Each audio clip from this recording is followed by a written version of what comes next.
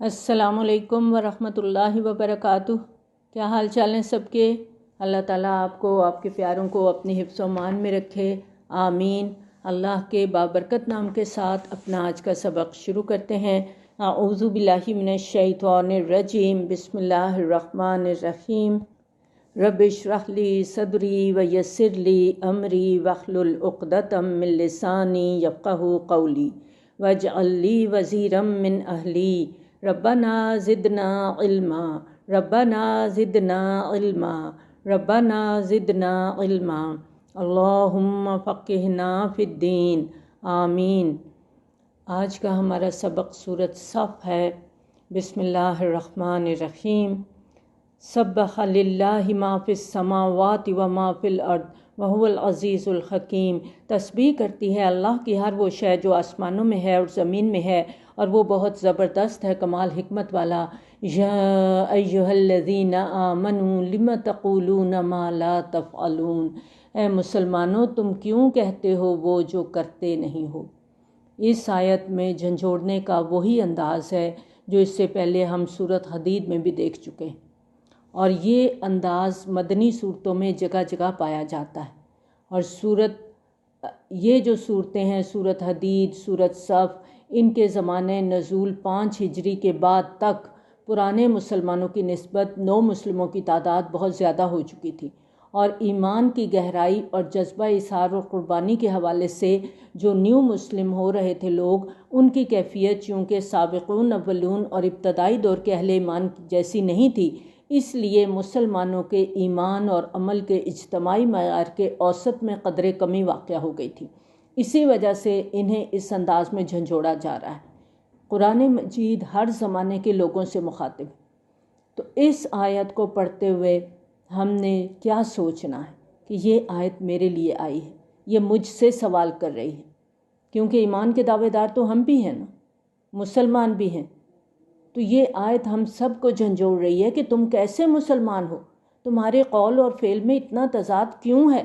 تم اللہ پر ایمان کا اقرار بھی کرتے ہو اور دن رات اس کے احکامات کو پاؤں تلے رونتے رہتے ہو۔ تم نبی صلی اللہ علیہ وسلم کی ذات سے عشق و محبت کے دعوے بھی کرتے ہو، لیکن جب عمل کے میدان میں آتے ہو تو سنتوں کی دھجیاں بکھیر دیتے ہو۔ ہم سب کو یہاں پر اپنے اپنے گریبان میں جھانکنا ہے۔ یا ایہا الذین آمنوا لم تقولون ما لا تفعلون۔ کیوں تم وہ کہتے ہو جو کرتے نہیں ہو؟ ہم سب کو دیکھنا ہے، یہ ہم سب سے سوال۔ لم تقولون ما لا تفعلون، یہاں ہم سب کو غور کرنا ہے، اپنے آپ پہ لینا ہے اس آیت کو۔ یہ آیت میرے لیے آئی ہے، آپ کے لیے آئی ہے، ہم سب کے لیے آئی ہے۔ ہم سب کو دیکھنا ہے کہیں ہم ان لوگوں میں شامل تو نہیں ہیں کہ ہم کہتے کچھ ہیں اور کرتے کچھ ہیں۔ اللہ تعالیٰ فرماتے ہیں کبر مقتا عند اللہ ان تقولوا ما لا تفعلون۔ بڑی شدید بیزاری کی بات ہے اللہ کے نزدیک کہ تم وہ کہو جو تم کرتے نہیں ہو۔ بڑے سخت الفاظ ہیں، اور اللہ تعالیٰ کی طرف سے اس سے بڑی ڈانٹ، اس سے بڑی گرفت کیا ہوگی؟ اور اس ڈانٹ اور اظہار بیزاری کے بعد اب اگلی آیت میں اللہ تعالیٰ اپنی رضا اور محبت کا معیار بھی بتا رہے ہیں کہ اگر تم جاننا چاہتے ہو کہ اللہ کو کیسے لوگ پسند ہیں اور وہ کیسے لوگوں سے محبت کرتا ہے تو غور سے سنو، لیکن یاد رکھو اللہ ایسے لوگوں کو پسند نہیں کرتا۔ لما تقولون ما لا تفعلون، کہ تم کہو کچھ اور کرو کچھ۔ ان اللہ یحب الذین یقاتلون فی سبیلہ صفا کأنہم بنیان مرصوص۔ اللہ کو تو محبوب ہیں وہ بندے جو اس کی راہ میں صفیں باندھ کر قتال کرتے ہیں، جیسے کہ وہ سیسا پلائی ہوئی دیوار ہیں۔ آج کے زمانے میں بنیان مرصوص جو ہے، یہ ری انفورسڈ کانکریٹ وال کو کہا جائے گا۔ ایسی دیواریں بڑے بڑے ڈیمز کے لیے بنائی جاتی ہیں، اور پرانے زمانے میں اگر کسی دیوار کو غیر معمولی طور پہ مضبوط کرنا مقصود ہوتا تھا تو چنائی کرنے کے بعد اس کے اندر پگھلا ہوا تانبا ڈالا جاتا تھا۔ یہی وجہ ہے کہ اردو میں عام طور پر بنیان مرصوص کا مطلب سیسا پلائی ہوئی دیوار کے الفاظ میں کیا جاتا ہے۔ یہاں بنیان مرصوص سے مراد میدان جنگ میں مجاہدین کی ایسی صفیں ہیں جن میں کوئی رخنا یا خلا نہ ہو، اور ایک ایک مجاہد اپنی جگہ پر اس قدر مضبوطی سے کھڑا ہو کہ دشمن کے لیے صف کے کسی ایک حصے کو بھی دھکیلنا ممکن نہ ہو۔ اور اس آیت کا ہم سب کے لیے اصل پیغام یہ ہے کہ اسلام میں سب سے بڑی نیکی اور اللہ تعالیٰ کے نزدیک سب سے پسندیدہ عمل قتال فی سبیل اللہ ہے۔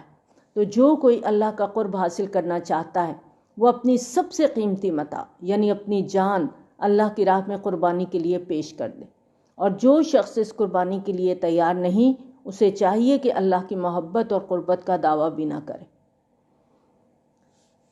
وَإِذْ قَالَ مُوسَىٰ لِقَوْمِهِ يَا قَوْمِ لِمَ تُؤْذُونَنِي، اور یاد کرو جب کہ موسیٰ علیہ السلام نے اپنی قوم سے کہا اے میری قوم کے لوگو تم مجھے کیوں ایذا دے رہے ہو۔ یہ جس ایذا کا ذکر ہے وہ ذاتی نوعیت کی بھی ہو سکتی ہے۔ ظاہر ہے انبیاء اور رسول علیہم السلام بھی آخر انسان تھے اور بشری طبیعت کی وجہ سے ہر طرح کی تکلیف کو محسوس بھی کرتے تھے، اور حضرت موسیٰ علیہ السلام کے لیے بنی اسرائیل کی طرف سے سب سے بڑی تکلیف وہ تھی جو حکم جہاد سے ان کے انکار کی وجہ سے انہیں پہنچی تھی۔ قوم کے اس انکار کے بعد حضرت موسیٰ علیہ السلام نے اللہ تعالیٰ سے دعا کی تھی، اور اس کے ایک ایک لفظ میں تکلیف کی شدت کے احساسات کی جھلک نظر آتی ہے۔ سورۃ مائدہ کی آیت نمبر 25 میں آتا ہے قال ربی انی لا املک الا نفسی واخی فافرق بیننا وبین القوم الفاسقین۔ موسیٰ علیہ السلام نے عرض کیا پروردگار مجھے تو اختیار نہیں ہے سوائے اپنی جان کے اور اپنے بھائی کے، تو اب تفریق کر دے ہمارے اور ان نافرمان لوگوں کے درمیان۔ وقد تعلمون انی رسول اللہ الیکم، جب کہ تم جانتے ہو کہ میں تمہاری طرف اللہ کا رسول ہوں۔ فلما زاغوا ازاغ اللہ قلوبہم، پھر جب وہ ٹیڑھے ہو گئے تو اللہ نے ان کے دلوں کو ٹیڑھا کر دیا۔ یہ آیت اس لحاظ سے بہت اہم ہے کہ اس میں لوگوں کی ہدایت کے حوالے سے اللہ تعالیٰ کا ایک بنیادی اصول اور قانون بیان کیا گیا ہے، اور اس اصول کی روشنی میں قرآن مجید کی ان آیات کو سمجھنا بھی آسان ہو جاتا ہے جس میں اللہ تعالیٰ کی طرف سے لوگوں کو گمراہ کرنے یا ان کے دلوں پر مہر کر دینے کا ذکر آتا ہے۔ اللہ تعالیٰ کے اس قانون کا خلاصہ یہ ہے کہ اگر کوئی شخص ہدایت کے راستے کو پہچان لینے کے بعد بھی اسے اختیار نہیں کرتا بلکہ گمراہی کی روش پر ہی چلتے رہنے کو ترجیح دیتا ہے، پھر وہ اس راستے پر چلتے ہوئے اللہ تعالیٰ کی عطا کردہ مہلت کی حدود بھی پھلانگ جاتا ہے اور اس مقام پر پہنچ جاتا ہے جہاں سے واپسی کا کوئی امکان نہیں۔ ایسی صورت میں اللہ تعالیٰ اس کے دل پر مہر لگا دیتا ہے، اس پر ہدایت کے دروازے ہمیشہ ہمیشہ کے لیے بند کر دیتا ہے۔ یعنی بندہ جب جانتے بوجھتے ٹیڑھا راستہ اختیار کرتا ہے تو سزا کے طور پر اللہ تعالیٰ اس کا دل ہمیشہ کے لیے ٹیڑھا کر دیتا ہے۔ اللہم لا تجعلنا منہم واللہ لا یہدی القوم الفاسقین، اور اللہ فاسقوں کو زبردستی ہدایت نہیں دیتا۔ وَإِذْ قَالَ عِيسَى ابْنُ مَرْيَمَ يَا بَنِي إِسْرَائِيلَ إِنِّي رَسُولُ اللَّهِ إِلَيْكُمْ، اور یاد کرو جب عیسیٰ ابن مریم نے کہا اے بنی اسرائیل میں اللہ کا رسول ہوں تمہاری طرف، میں تصدیق کرتے ہوئے آیا ہوں اس کی جو میرے سامنے موجود ہے تورات میں سے، اور خوشخبری دیتا ہوا ایک رسول کی جو میرے بعد آئیں گے، ان کا نام احمد صلی اللہ علیہ وآلہ وسلم ہوگا۔ پھر جب وہ عیسیٰ علیہ السلام آئے ان کے پاس واضح نشانیوں کے ساتھ تو انہوں نے کہہ دیا یہ تو کھلا جادو ہے۔ وَمَنْ أَظْلَمُ مِمَّنِ افْتَرَىٰ عَلَى اللَّهِ الْكَذِبَ، اور اس سے بڑھ کر ظالم کون ہوگا جو اللہ پر جھوٹ تراشے، درحالے کہ اسے بلایا جا رہا ہو اسلام کی طرف، یعنی اب اللہ کے آخری رسول صلی اللہ علیہ وآلہ وسلم تم لوگوں کو دعوت ایمان دے رہے ہیں، دعوت اسلام دے رہے ہیں، اور تم لوگ اس دعوت پر لبیک کہنے کی بجائے نبی صلی اللہ علیہ وآلہ وسلم کی نبوت، رسالت اور قرآن کے بارے میں اللہ پر جھوٹ باندھ رہے ہو۔ واللہ لا یہدی القوم الظالمین، اور اللہ ایسے ظالموں کو ہدایت نہیں دیتا۔ اب جو آگے ہم آیات پڑھنے جا رہے ہیں اس میں یہودیوں کی ان کوششوں اور سازشوں کا ذکر ہے جو انہوں نے نبی صلی اللہ علیہ وآلہ وسلم اور قرآن کے خلاف شروع کر رکھی تھی۔ یریدون لیطفئوا نور اللہ بافواہہم، وہ تلے ہوئے ہیں کہ اللہ کے نور کو اپنے منہ کی پھونکوں سے بجھا کر رہیں گے، اور اللہ اپنے نور کا اہتمام فرما کر رہے گا چاہے یہ کافروں کو کتنا ہی ناگوار کیوں نہ ہو۔ اللہ کے نور کو منہ کی پھونکوں سے بجھانے کے استعارے میں یہود مدینہ کی ان بودی کوششوں کی طرف اشارہ ہے جو وہ نبی صلی اللہ علیہ وآلہ وسلم اور مسلمانوں کے خلاف اس وقت کر رہے تھے۔ یعنی وہ سامنے آ کر براہ راست مقابلہ کرنے کی بجائے مسلمانوں کے خلاف بے بنیاد پروپیگنڈا کرتے، افواہیں اڑاتے، درے پردہ سازشوں کے جال بنتے، کبھی قریش کے پاس جاتے کہ تم مدینہ پر حملہ کرو، کبھی کسی اور قبیلے کو سبز باغ دکھا کے مسلمانوں کے خلاف ابھارتے۔ اور سورۃ حشر کی آیت نمبر 14 میں ان کی بزدلی اور اندرونی کمزوری کا نقشہ اللہ تعالیٰ نے ان الفاظ میں کھینچا ہے کہ یہ لوگ کھلے میدان میں اکٹھے ہو کر تمہارا مقابلہ کرنے کی جرت نہیں کر سکتے، ہاں چھپ چھپا کر دیواروں کی اوٹ سے وہ تم پر ضرور وار کریں گے۔ هو الذی ارسل رسولہ بالہدی ودین الحق لیظہرہ علی الدین کلہ، وہی ہے اللہ جس نے بھیجا اپنے رسول صلی اللہ علیہ وآلہ وسلم کو الہدی اور دین حق کے ساتھ تاکہ غالب کر دے اس کو پورے نظام زندگی پر۔ نبی صلی اللہ علیہ وآلہ وسلم کی بعثت کے حوالے سے یہ آیت خصوصی اہمیت کی حامل ہے، اور اسی اہمیت کی وجہ سے قرآن مجید میں اسے 3 بار اس مقام کے علاوہ سورۃ توبہ کی آیت نمبر 33 اور سورۃ فتح کی آیت نمبر 28 میں بھی دہرایا گیا ہے۔ تمام انبیاء اور رسل علیہم السلام کے لیے قرآن مجید میں بشیر، نذیر، شاہد اور معلم وغیرہ کے الفاظ استعمال ہوئے ہیں، لیکن اس آیت کا مضمون اور اسلوب صرف نبی صلی اللہ علیہ وآلہ وسلم کے لیے خاص ہے۔ الہدیٰ سے مراد یہاں وہ ہدایت نامہ قرآن ہے جو نبی صلی اللہ علیہ وآلہ وسلم پر تکمیل تک پہنچا، جبکہ نبی صلی اللہ علیہ وآلہ وسلم سے پہلے تمام انبیاء علیہم السلام کو اپنے اپنے دور میں جو شریعت عطا ہوتی رہی، نبی صلی اللہ علیہ وآلہ وسلم کی بعثت میں وہ کامل ہو کر دین الحق یعنی سچے اور عادلانہ نظام زندگی کی شکل اختیار کر گئی۔ چنانچہ نبی صلی اللہ علیہ وآلہ وسلم کو الہدیٰ اور دین حق کے ساتھ اس لیے بھیجا گیا تاکہ اللہ تعالیٰ کے نظام عدل و انصاف کو دنیا کے تمام نظاموں پر غالب کر دیا جائے۔ یہ تھا نبی صلی اللہ علیہ وآلہ وسلم کی بعثت کا مشن، جسے تکمیل کرنے کے لیے اب نبی صلی اللہ علیہ وآلہ وسلم نے یہ مشن امت مسلمہ کے سپرد کیا۔ لیکن ہم نے تو اس مشن کو اپنایا ہی نہیں۔ ہمارا تو مشن ہی اور ہو گیا کہ حلال طریقہ ہو، حرام ہو، جس طرح بھی ہو، دولت اکٹھی کرو، پھر اس دولت سے صدقے کرو، قربانیاں دو، حج کرو، رمضان میں ہر سال عمرے کے لیے جاؤ۔ سارا زور ہمارا ریچولز پر آ گیا، اور اگر دین یاد رکھیں، اگر دین دنیا میں پامال ہے تو پھر ہماری خیر نہیں ہے، کیونکہ ایسا شخص جو صرف ریچولز پر دھیان دیتا ہے، صرف دولت کمانے پہ ہے، تو اسے اس بات کی پرواہ نہیں ہوتی کہ دین پامال ہو رہا ہے یا نہیں ہو رہا۔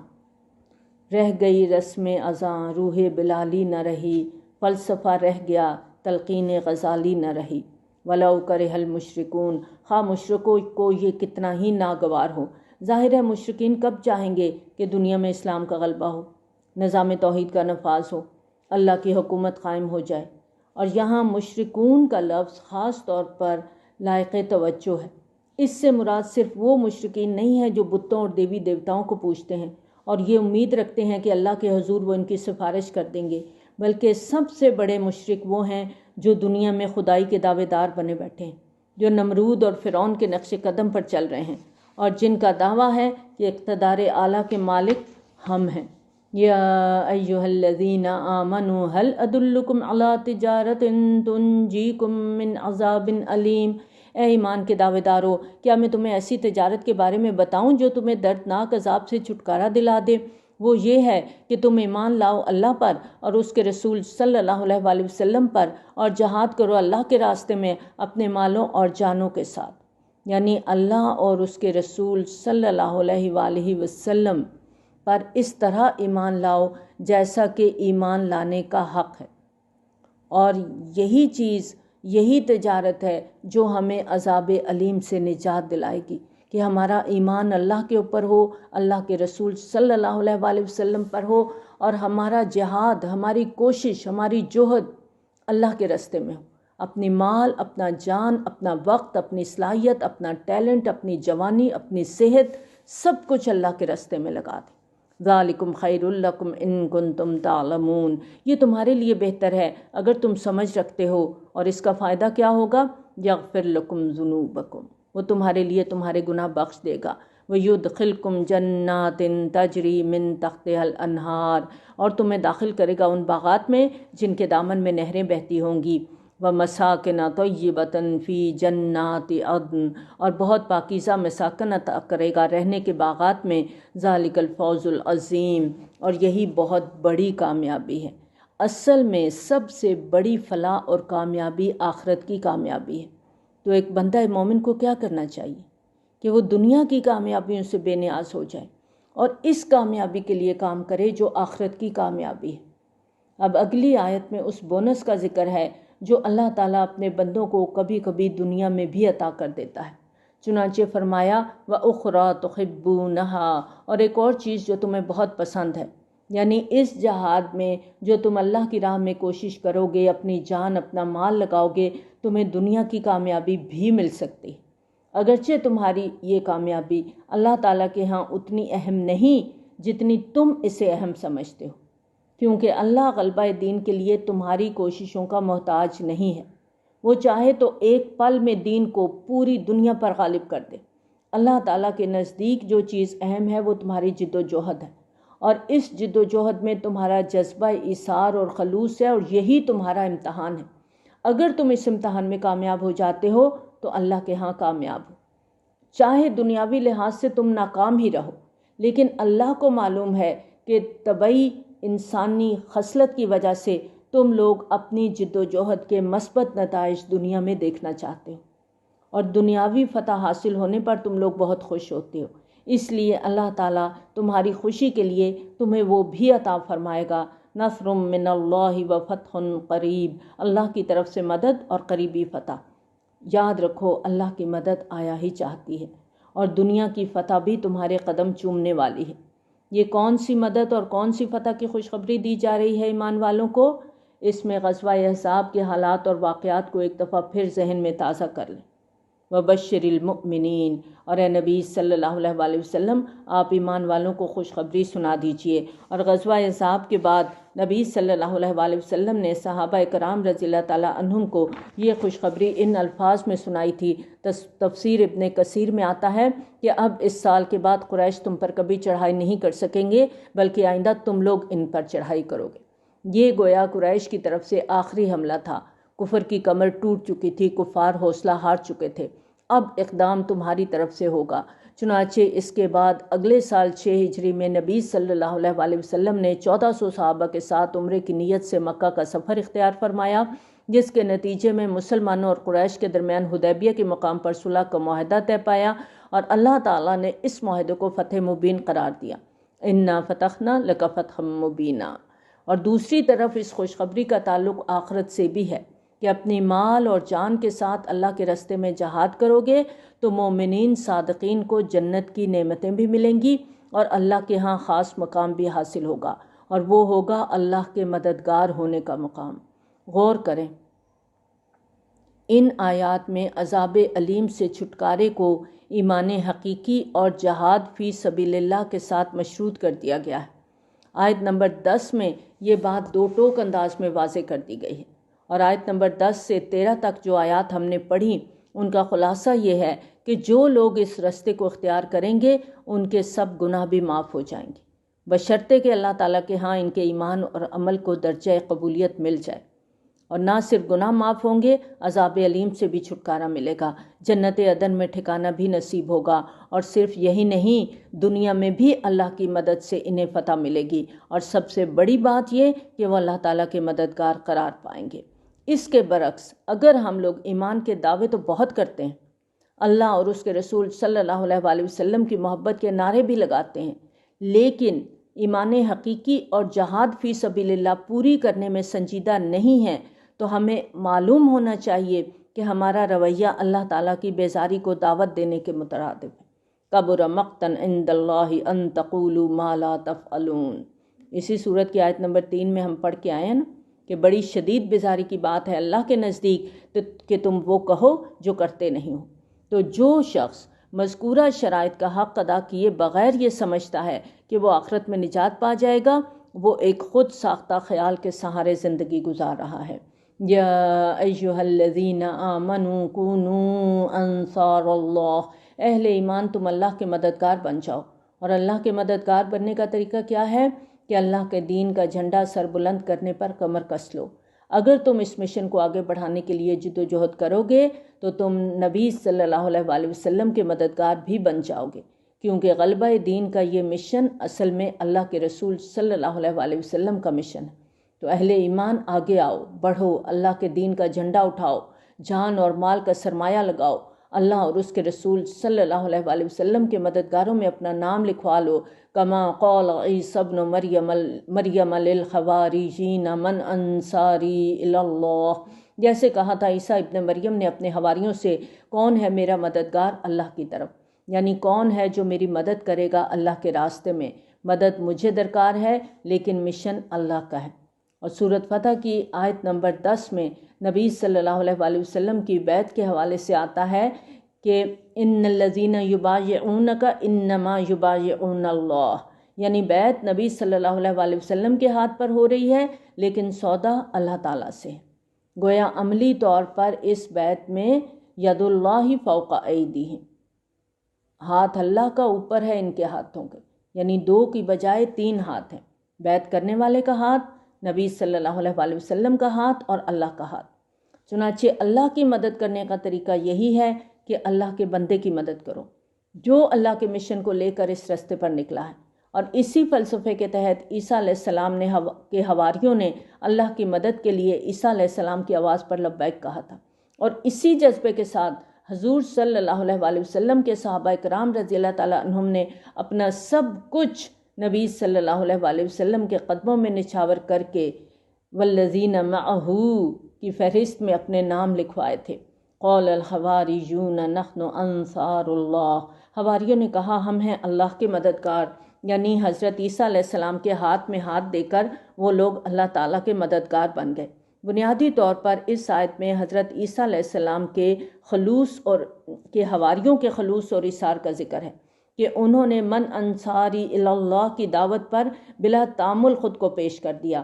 تو بنی اسرائیل کا ایک گروہ حضرت عیسیٰ علیہ السلام پر ایمان لے آیا اور دوسرا گروہ کفر پر اڑا رہا، تو ہم نے مدد کی ان کی جو ایمان لائے تھے ان کے دشمنوں کے خلاف، تو بالآخر وہی غالب ہوئے۔ سورۃ جمعہ ہم پڑھنے جا رہے ہیں۔ بسم اللہ الرحمن الرحیم۔ یسبح للہ ما فی السماوات و ما فی الارض الملک القدوس العزیز الحکیم، تسبیح کرتی ہے اللہ کی ہر وہ چیز جو آسمانوں میں ہے اور جو زمین میں ہے، جو بادشاہ ہے، ہر عیب سے پاک ہے، بہت زبردست ہے، بہت حکمت والا ہے۔ اس آیت کے آخر میں اللہ تعالیٰ کے اسماء حسنہ میں سے 4 اسماء وارد ہوئے تھے، اور یہ ایک بہت غیر معمولی بات ہے۔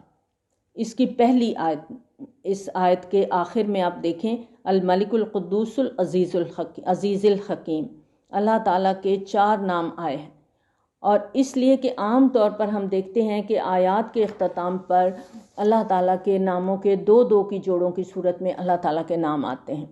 هو الذی بعث فی الامیین رسولا منہم یتلو علیہم آیاتہ ویزکیہم ویعلمہم الکتاب والحکمہ، وہی تو ہے جس نے اٹھایا امیین میں سے ایک رسول، انہی میں سے جو ان کو پڑھ کر سناتا ہے اس کی آیات اور ان کا تزکیہ کرتا ہے اور انہیں تعلیم دیتا ہے کتاب اور حکمت کی۔ وَإِن كَانُوا مِن قَبْلُ لَفِي ضَلَالٍ مُبِينٍ، اور یقیناً اس سے پہلے وہ کھلی گمراہی میں تھے۔ اس آیت میں نبی صلی اللہ علیہ وآلہ وسلم کی بعثت کا مقصد بتایا گیا کہ 4 کام کے لیے نبی صلی اللہ علیہ وآلہ وسلم کو رسول بنا کر بھیجا گیا۔ یتلو علیہم آیاتہ، اللہ کی آیات تلاوت کر کے سنائیں، ویزکیہم، اور ان کا تزکیہ کریں، ان کے باطن کی، ان کے انر کی صفائی کریں، ویعلمہم الکتاب، اور کتاب کی تعلیم دیں، والحکمت، اور حکمت کی تعلیم دیں۔ اور اس آیت کا بنیادی اہمیت یہی ہے کہ اس میں نبی صلی اللہ علیہ وآلہ وسلم کی بعثت کے مقصد کو ایک بار پھر واضح کر کے بتا دیا گیا۔ اور اس آیت کے علاوہ سورۃ بقرہ کی آیت نمبر 129، 151 اور سورۃ آل عمران کی آیت نمبر 164 میں بھی یہ آیات بیان ہوئی ہیں۔ وَآخَرِينَ مِنْهُمْ لَمَّا يَلْحَقُوا بِهِمْ، اور انہی میں سے ان دوسرے لوگوں میں بھی جو ابھی ان میں شامل نہیں ہوئے۔ وَهُوَ الْعَزِيزُ الْحَكِيمُ، اور وہ بہت زبردست ہے، کمال حکمت والا ہے۔ وَآخَرِينَ مِنْهُمْ، یعنی دوسرے کچھ اور بھی ہیں جن کی طرف نبی صلی اللہ علیہ وآلہ وسلم کو مبعوث فرمایا گیا ہے۔ نبی صلی اللہ علیہ وآلہ وسلم کی بعثت قیامت تک کے لیے ہے، تو آپ کی امت میں ہر نسل، ہر ملک اور ہر قوم کے لوگ اس میں شامل ہوں گے۔ ذالک فضل اللہ یؤتیہ من یشاء واللہ ذو الفضل العظیم، یہ اللہ کا فضل ہے، وہ دیتا ہے جسے چاہتا ہے، اور اللہ بڑے فضل والا ہے۔ اللہ تعالیٰ کے فضل کے بہت سے درجات ہیں، اور سب سے اونچا اور اعلیٰ درجہ پوری کائنات میں نبی صلی اللہ علیہ وآلہ وسلم کے لیے مختص ہے۔ سورۃ بنی اسرائیل کی آیت نمبر 87 میں آتا ہے، ان فضلہ کان علیک کبیرا، اس میں کوئی شک نہیں کہ اس کا فضل نبی صلی اللہ علیہ وآلہ وسلم پر بہت بڑا ہے، اور نبی صلی اللہ علیہ وآلہ وسلم کے بعد ہر اس شخص پر بھی اللہ کا بہت بڑا فضل ہے جو نبی صلی اللہ علیہ وآلہ وسلم سے جڑ گیا۔ اللہ تعالیٰ کا شکر ہے کہ اللہ نے ہمیں اپنا یہ فضل پیدائشی طور پر عطا فرمایا، ہمیں ایسے گھروں میں پیدا کیا جہاں پیدا ہوتے ہی ہم نے اپنے کانوں میں اذان اور اقامت کی آوازیں سنی۔ سورۃ حجرات میں اللہ تعالیٰ فرماتے ہیں، آیت نمبر 17 میں آتا ہے کہ تم پر یہ اللہ کا بہت بڑا احسان ہے کہ اس نے تمہیں ایمان کے راستے پر ڈال دیا۔ اب اگر ہم اپنے رویے سے اللہ کے اس فضل اور احسان کی ناقدری کرتے ہیں اور اللہ کی نافرمانی کے راستے پر چل کر پھر ہم ذلیل و رسوا ہوتے ہیں، تو ہم سے بڑا بد نصیب اور کون ہوگا۔ یاد رکھیں، اللہ کے فضل کا تعلق دنیاوی آسائش، آرام اور مال و دولت سے نہیں ہے، کیونکہ جس کے پاس بہت مال و دولت ہوتا ہے وہ کہتا ہے ھذا من فضل ربی۔ خود نبی صلی اللہ علیہ وآلہ وسلم کی مثال ہم سب کے سامنے ہے۔ دنیاوی لحاظ سے نبی صلی اللہ علیہ وآلہ وسلم کو بہت سی محرومیوں کا سامنا تھا۔ اللہ تعالیٰ نے آپ کو یتیم پیدا کیا، آپ کی پیدائش کے وقت گھر کی مالی حالت ایسی تھی کہ کوئی دایاں آپ کی پرورش کی ذمہ داری قبول کرنے کو تیار نہیں تھی۔ حلیمہ سعدیہ رضی اللہ تعالیٰ عنہ نے بھی صرف اس لیے قبول کیا کہ انہیں کوئی اور بچہ نہیں ملا تھا۔ پھر آپ کے لڑکپن اور جوانی کا دور بھی سخت مشقت اور مزدوری میں گزرا۔ آپ خود فرماتے ہیں کہ میں چند ٹکوں کے عوض قریش کی بکریاں چرایا کرتا تھا۔ سورہ ضحیٰ میں بھی آتا ہے، الم یجدک یتیما فآویٰ ووجدک ضالا فہدیٰ ووجدک عائلا فاغنیٰ، کیا اس نے آپ کو یتیم نہیں پایا، پھر آپ کو ٹھکانہ دیا، اور آپ کو تلاش حقیقت میں سرگرداں پایا تو راہ دکھلائی، اور آپ کو نادار پایا تو مالدار کر دیا۔ پھر ہم دیکھتے ہیں کہ دور نبوت میں نبی صلی اللہ علیہ وآلہ وسلم کی زندگی مسلسل فقر و فاقہ اور مصائب اور مشکلات میں گزری۔ آپ کے راستے میں کانٹے بچھائے گئے، آپ کو شاعر اور مجنون کہا گیا، اوباش اور آوارہ لڑکوں نے پتھراؤ کر کے آپ کو لہو لہان کر دیا۔ غرض آپ کی دنیاوی زندگی مجموعی طور پر مشکلات اور مشقت میں گزری۔ دوسری طرف آپ کی شان یہ ہے کہ پوری کائنات میں اللہ کا سب سے بڑا فضل نبی صلی اللہ علیہ وآلہ وسلم پر ہے۔ تو اللہ کے فضل کے اپنے انداز ہیں، اپنے پیمانے ہیں۔ دنیا کا ناز و نام، دنیا کی عیش و عشرت، دنیا کی عزت، دنیا کی شہرت، اس کو اللہ کے فضل کا معیار نہیں سمجھنا۔ مثل الذین حملوا التوراۃ ثم لم یحملوها کمثل الحمار یحمل اسفارا، مثال ان لوگوں کی جو حامل تورات بنائے گئے پھر وہ اس کے حامل ثابت نہ ہوئے، اس گدھے کی سی ہے جو اٹھائے ہوئے ہو کتابوں کا بوجھ۔ یعنی جب وہ لوگ حامل تورات ہو کر بھی تورات سے بیگانہ ہو گئے تو ان میں اور گدھے میں تو کوئی فرق نہیں رہا۔ وہ گدھا جو اپنی پیٹھ پر کتابوں کا بوجھ اٹھائے پھر رہا ہے۔ آپ ایک گدھے کے اوپر مکالمات افلاطون لاد دیں، انسائکلوپیڈیا کی جلدیں رکھ دیں، اس کے اندر نہ کوئی بصیرت پیدا ہوگی، نہ ہی اس کے دماغ میں کوئی معلومات آئیں گی۔ اللہ تعالیٰ جس قوم کو اپنی کتاب عطا کرتا ہے اس قوم پر اس کتاب کے حقوق کا بوجھ بھی ڈالتا ہے، اور ان حقوق میں کتاب پر ایمان لانے، اس کے احکامات پر عمل کرنے اور اس کی تعلیمات کو آگے پہنچانے کی ذمہ داری کا بوجھ بھی شامل ہے۔ سورۃ آل عمران کی آیت نمبر 187 میں آتا ہے، اور یاد کرو جب کہ اللہ نے ان لوگوں سے قول و قرار لیا تھا جن کو کتاب دی گئی تھی کہ تم لازماً اسے لوگوں کے سامنے واضح کرو گے اور اسے چھپاؤ گے نہیں۔ یہ میثاق اہل تورات سے لیا گیا، اور قرآن مجید میں اہل کتاب کے بارے میں ایسے واقعات اور ایسی مثالوں کا ذکر اللہ نے کیوں کیا؟ ہمیں خبردار کرنے کے لیے کہ اے اہل قرآن، تمہیں بھی اپنی کتاب کے حقوق ادا کرنے ہیں، اس کی تعلیمات کو لوگوں کے لیے عام کرنا ہے، ورنہ کتابوں کا بوجھ اٹھانے والے گدھے کی مثال کا اطلاق تم پر بھی ہوگا۔ حضرت عبیدہ رضی اللہ تعالیٰ عنہ روایت کرتے ہیں کہ نبی صلی اللہ علیہ وآلہ وسلم نے فرمایا، اے قرآن والو، تم قرآن کو تکیہ یعنی ذہنی سہارا نہ بنا لینا، بلکہ تمہیں چاہیے کہ رات اور دن کے اوقات میں اس کی تلاوت کیا کرو جیسا کہ اس کی تلاوت کا حق ہے، اور اس کو پھیلاؤ اور اس کو خوش الخانی سے پڑھو اور اس میں غور و فکر کرو تاکہ تم فلاح پا جاؤ۔ یہ بیہقی کی روایت ہے، بہت عبرت کا مقام ہے۔ آج ہم کیا کر رہے ہیں اس قرآن کے ساتھ؟ قرآن مجید کے حقوق ادا کرنے کے لیے ہم تو غور کرنے کو تیار ہی نہیں، اور اس کو تکیہ بنانے کے نئے نئے طریقے ایجاد کرنے میں ہم بڑی مہارت رکھتے ہیں، اور اس کی زندہ مثال سونے کے تاروں سے لکھا ہوا 40 من کا وزنی قرآن مجید کا وہ نسخہ ہے جسے ہم نے پچھلے 50 سال سے لاہور میں نمائش کے لیے رکھا ہوا ہے۔ بئس مثل القوم الذین کذبوا بآیات اللہ، بہت بری مثال ہے اس قوم کی جنہوں نے اللہ کی آیات کو جھٹلایا۔ یہودیوں کی طرف سے کلام اللہ کی عملی یا خالی تکذیب کا ذکر ہے۔ تو ہم کیا کر رہے ہیں؟ ہم بھی تو قرآن مجید کو جھٹلا رہے ہیں۔ اب دیکھیں، اپنی زمان میں تو یہودی بھی تورات کو نہیں جھٹلاتے تھے، نہ ہی ہم سوچ سکتے ہیں کہ ہم قرآن کو جھٹلائیں، لیکن کبھی غور کریں، کیا ہم واقعی قرآن مجید کی عملی یا حالی تکذیب تو نہیں کر رہے؟ اور اس سوال کا جواب جاننے کے لیے ایک ایسے تعلیم یافتہ نوجوان کا تصور کریں جس نے پاکستان میں پڑھا، پھر مزید تعلیم کے لیے باہر چلا گیا۔ اس نوجوان سے اگر پوچھا جائے کہ کیا قرآن مجید اللہ کا کلام ہے، وہ کہے گا ہاں جی بالکل، میں مانتا ہوں اللہ کا کلام ہے۔ اب اگر اس سے دوسرا سوال کیا جائے کہ آپ نے اس کو کتنا پڑھا اور تعلیمات پر کتنا غور و فکر کیا، کتنی محنت کی، تو وہ کہے گا مجھے موقع نہیں ملا، میں ابھی تو اسی پڑھائی میں لگا ہوا ہوں، تو میرے پاس ٹائم ہی نہیں تھا۔ تو کیا اس نوجوان کا یہ عمل قرآن مجید کو جھٹلا نہیں رہا؟ کیا اس کا حال چیخ چیخ کے گواہی نہیں دے رہا کہ اس کے نزدیک اس کی وہ ڈگری قرآن سے زیادہ اہم ہے جس کے لیے وہ 7 سمندر پار آ کے خاک چھان رہا ہے، لیکن قرآن مجید کو سمجھنے کی اس نے کوئی کوشش نہیں کی؟ واللہ لا یہدی القوم الظالمین، اور اللہ ایسے ظالموں کو زبردستی ہدایت نہیں دیتا۔ اللہ تعالیٰ کی ہدایت کوئی حقیر چیز نہیں ہے جسے ہر شخص کی جھولی میں زبردستی ڈال دیا جائے گا۔